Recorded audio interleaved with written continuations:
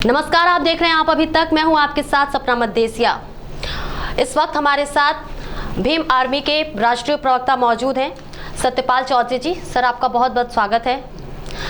Sir, आपसे मेरा सवाल ये है कि जो रविवार को हिंसा हुई है लखीमपुर में, तो सर उस हिंसा में सरकार और किसान के बीच जो संघर्ष चल रहा है उसके क्या परिणाम सर निकलेंगे, उसको आप कैसे देखते हैं? देखिए, जिस दिन से 3 खेती कानून इस देश में भारतीय जनता पार्टी की सरकार ने लागू किए, उसी दिन से गुलामी की नींव इस देश में पड़नी शुरू हो गई और उसको सबसे पहले किसानों ने पहचानने के बाद में उसकी खिलाफत हुई और पूरे देश में आंदोलन शुरू हो गया। लेकिन जिस ढीठपन से नरेंद्र मोदी की सरकार उन तीनों काले खेती कानूनों को लागू कराने को उतारू है, उससे किसानों में लगा कि ये हमारे अब न केवल किसानों के बल्कि अस्तित्व की लड़ाई है, बल्कि ये पूरे देश के अस्तित्व की लड़ाई है। क्योंकि जिस तरह के प्रावधान 3 खेती काले कानूनों में है, उससे देश गुलाम बनने वाला। तो फिर उसके बाद जब से शुरू हुआ ये आंदोलन, तभी से जो संयुक्त किसान मोर्चा के तत्वाधान में नेतृत्व में, तभी से भारतीय जनता पार्टी की सरकार पहले तो इस आंदोलन को हल्के में ले रही थी और उसके बाद इस आंदोलन को तोड़ने की और इस आंदोलन को ख़त्म करने की कभी आतंकवादी बता के, कभी पाकिस्तानी बता के, कभी खालिस्तानी बता के, कभी सिंधु बॉर्डर पर पत्थरबाजी करा के, कभी कील ठोक के रास्ते में, कभी वाटर कैनन छोड़ के, कभी बैरिकेडिंग लगा के, वो तरह तरह से किसानों के आंदोलन को कुचलने का षड्यंत्र रच रही थी। उसके बाद उन्होंने गाजीपुर बॉर्डर में उसको जब राकेश टिकैत जी के साथ ज़बरदस्ती उठाने का, उन पर हमला करने का प्रयास हुआ एक विधायक के नेतृत्व में भारतीय जनता पार्टी के, तो ये सीरीज है पूरी। उसी सीरीज में ये लोग लखीमपुर खीरी में अब इतने बड़े षड्यंत्र पर, इतनी बड़ी साजिश पर उतर आए कि वो सीधे थार और गाड़ियाँ लेकर किसानों का जो शांतिपूर्वक विरोध प्रदर्शन कर रहे थे उन पर गाड़ी चला दी और लोगों को कुचल दिया, मार डाला। 8 लोगों को मार डाला और बहुत सारे लोग घायल हुए। अभी जो उसके नतीजे हैं, फिर उसके बाद जिस तरह से पिछले 7 सालों में विपक्ष का रवैया अब लखीमपुर खीरी में दिखाई दिया और जिस तरह से भाई चंद्रशेखर आज़ाद पहुँचे 7 घंटे की सफ़र करके बाइक पर, पहले गिरफ्तारी हुई, फिर गिरफ्तारी से लखनऊ वापस लाया गया सीतापुर से, उसके बाद वो लखनऊ से वहाँ पहुँचे।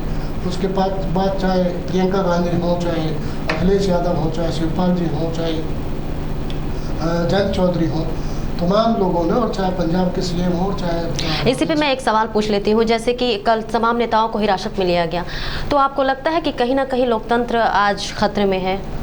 नहीं, यही तो दिक्कत वाली बात है कि जो लोग इस घटना का, जो लोग इस कुकर्म का विरोध कर रहे थे, वो लोग तो हिरासत में लिए गए और जिन लोगों ने घटना को अंजाम दिया, जिन लोगों ने 8 लोगों को मारा, वो गृह राज्य मंत्री का बेटा फरार है। एक वीडियो भी आज वायरल हो रहा है, आई थिंक आपने आज देख लिया होगा, तो आपको क्या लगता है उस वीडियो में कितनी सच्चाई है? जिसमें एक किसान, जो एक बुजुर्ग हैं शायद, और एक गाड़ी आ रही है, हालांकि ये स्पष्टीकरण उस पर नहीं दिया गया है, ना ही अभी स्पष्ट कुछ ये कहा जा सकता है कि वो गाड़ी कौन चला रहा है, लेकिन उसमें किसानों को कुचले हुए दिखाया जा रहा है, तो उस वीडियो में कितनी सच्चाई है? वहाँ तो जो चश्मदीद है, उन चश्मदीदों के बयान है बाकायदा कि गाड़ी को मंत्री का लड़का आशीष मिश्रा चला रहा था और मंत्री ने 3-4 दिन पहले चुनौती दी थी किसानों को कि वो जो यहाँ किसी हमारा विरोध न करे और चुपचाप बैठ जाए, धमकी भरे लहजे में बाकायदा पब्लिक मीटिंग में। तो जिस तरह से मिश्रा ने ये तक बताया, उसने अपनी पृष्ठभूमि में बताई कि मैं एमएलए और मंत्री बनने से पहले मैं क्या था ये आप लोग नहीं जानते हो। भाई आप जेब कतरा थे, डकैत थे, खूंखार थे, कतली थे, क्या थे, वो सब साबित हो गया कि आप क्या थे इस घटना के बाद में। और इस घटना के बाद एक बात और साबित हो गई है कि अब किसान आंदोलन को यदि छेड़ने की कोशिश की तो इस देश में भारतीय जनता पार्टी ने यदि गृह युद्ध कराने की कोशिश की तो उसको ये समझ लेना चाहिए कि उस गृह युद्ध में हार सरकार की होगी। जनता इसमें, चाहे आप हिंसा के बल पे आप इस आंदोलन को जीता जाए और चाहे शांतिपूर्वक आंदोलन करके इस आंदोलन को जीता जाए, लेकिन इसमें आखिरकार जीत किसानों की। जो 3 कृषि कानून है, जो सरकार की तरफ से लगातार ये दावा किया जा रहा है कि ये जो तीन कृषि कानून है ये किसानों के पक्ष में है, तो ये भी कहा जा रहा है कि आपके लिए सही है, तो फिर इसके बावजूद भी किसान इस पर विरोध क्यों कर रहे हैं? पहली बात तो किसी भी किसान नेता ने या किसी किसान संगठन ने सरकार से ये मांग नहीं की कि 3 खेती कानून लागू किए जाने चाहिए। दूसरी बात, आपने अपनी मर्जी से लागू कर दिए, तो इनका जब अध्ययन किया, उस अध्ययन में साफ पता चलता है, ये केवल किसानों की बात नहीं है, कॉन्ट्रैक्ट फार्मिंग में आपने प्रावधान कर दिया कि कोई भी विवाद होगा वो आप कोर्ट में जा सकते हैं। संविधान में प्रावधान है कि जरा सी भी तू में होगी तो आदमी कोर्ट में जाएगा, वहाँ उसका निर्धारण होगा, न्याय होगा। लेकिन इसमें यदि कोई गड़बड़ होती है तो अब इसमें एक आर्टिकल 9 है इसी 3 खेती कानून में। आर्टिकल 9 में प्रावधान किया गया है कि जमीन कॉन्ट्रैक्ट पे ले गए, उसको जो कॉरपोरेट है उसको बैंक में गिरवी रख सकता, लोन ले सकता। अब उसने मान लो उस पर लोन ले लिया, लोन लेकर वो भाग गया, कोर्ट किसान जा नहीं सकता, तो कोर्ट किसान तो बैंक तो किसान की ज़मीन को अधिग्रहण करेगा, उसको कुर्क करेगा, तो अल्टीमेटली वो तो पैसे लेकर भाग जाएगा, कॉरपोरेट ज़मीन छीन गई किसान की। दूसरी बड़ी बात है एमएसपी की है, जहाँ सरकार को ये प्रावधान है, सरकार यहाँ 1956 में एमएसपी का एक्ट बना कि 55 में कि उसके तहत किसानों को प्रोटेक्ट किया जाना चाहिए, उनकी फसल का कम से कम निर्धारण, कम से कम जो मूल्य ये मिलना चाहिए, सरकार सुनिश्चित करती है बहुत सारी जिन्सों का। लेकिन अब उस एमएसपी की गारंटी को सरकार खत्म कर रही है। मतलब वो जो पूंजीपति हैं, जो कॉरपोरेट्स हैं, जो फसल को, खाद्यान्न को लूटना चाहते हैं, उनकी मर्जी है कि वो किसी भी रेट पर खरीदें।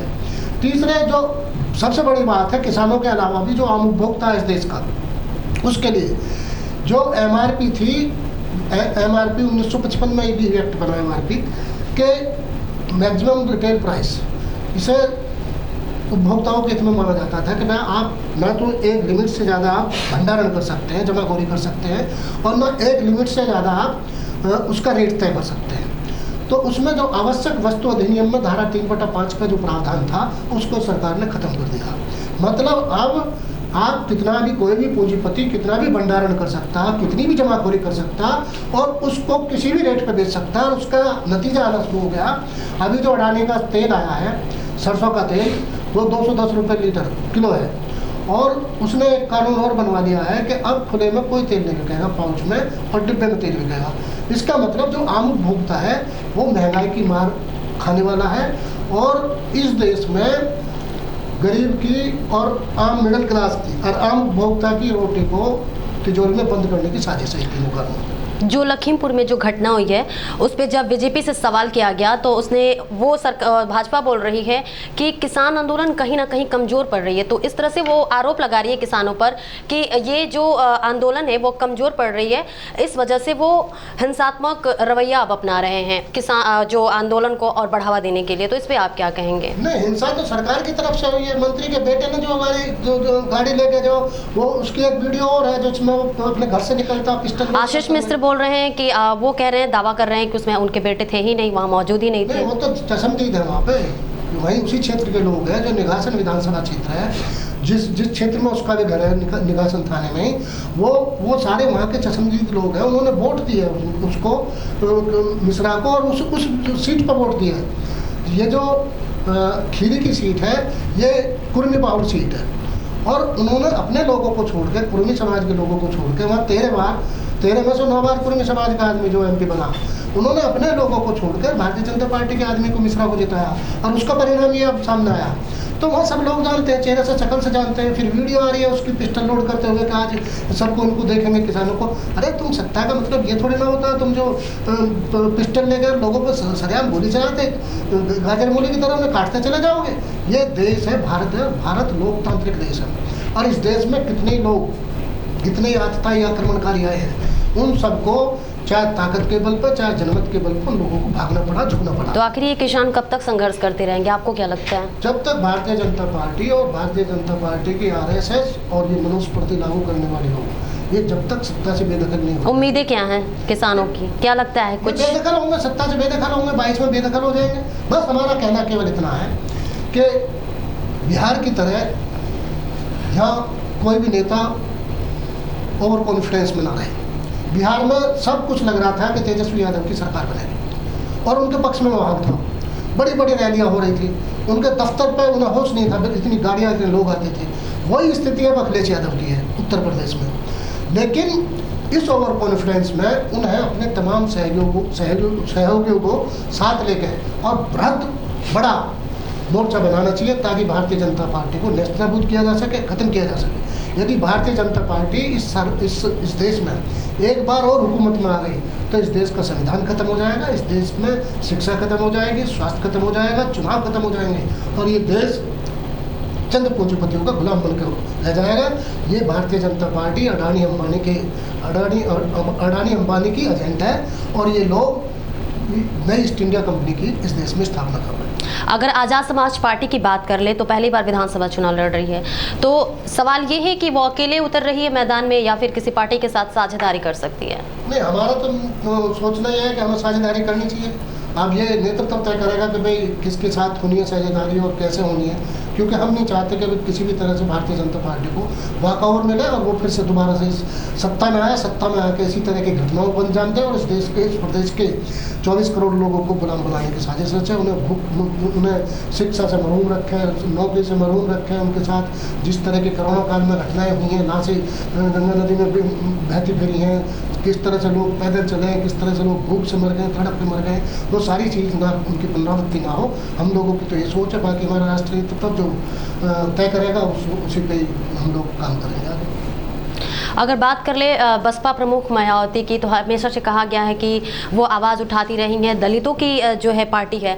ऐसे में आज़ाद समाज पार्टी कहीं ना कहीं ऐसा सुना जा रहा है, कहा जा रहा है कि कहीं वोट कटवा का तो काम नहीं कर रही है, तो इस पर आप क्या कहेंगे? ये तो अभी आपने चुनाव देखा होगा जिला पंचायत का, उसके जिला पंचायत के चुनाव में 1 साल की भी पार्टी नहीं है और क्या नतीजे हम लोगों ने दिए।